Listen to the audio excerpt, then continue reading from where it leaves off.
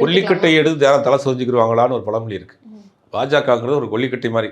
தமிழ்நாட்டுக்குள்ளே விட்டிங்கன்னா தமிழ்நாடு அமைதி பூங்காவாக இருக்குது. சாதி மதத்தை கடந்து எல்லோரும் இன்றைக்கி சந்தோஷமாக ஒற்றுமையாக அவங்க வேலையை பார்த்து வாழ்ந்துட்டு இருக்கிறாங்க. பாஜக ஆளக்கூடிய மாநிலங்களில் இன்றைக்கி என்ன நடக்குதுன்னு தமிழ்நாட்டு மக்களுக்கு கண்கூட தெரியும். ஒரு சின்ன மாநிலம் மணிப்பூரில் இன்றைக்கி வரைக்கும் அவர்கள் கலவரத்தை கண்ட்ரோல் பண்ண முடியல.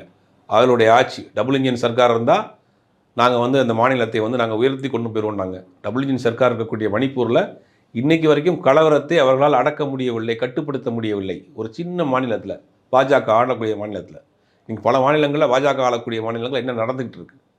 இன்றைக்கி இப்போ ஆயிரக்கணக்கான பள்ளிகளை மூடிட்டாங்கன்னு உச்சநீதிமன்றத்தில் UP மேலே வழக்கு இருக்குது. ஒவ்வொரு மாநிலத்திலும் பாஜக போச்சுன்னா அந்த மாநிலத்தினுடைய அமைதி சீர்குலைந்து போயிடுது.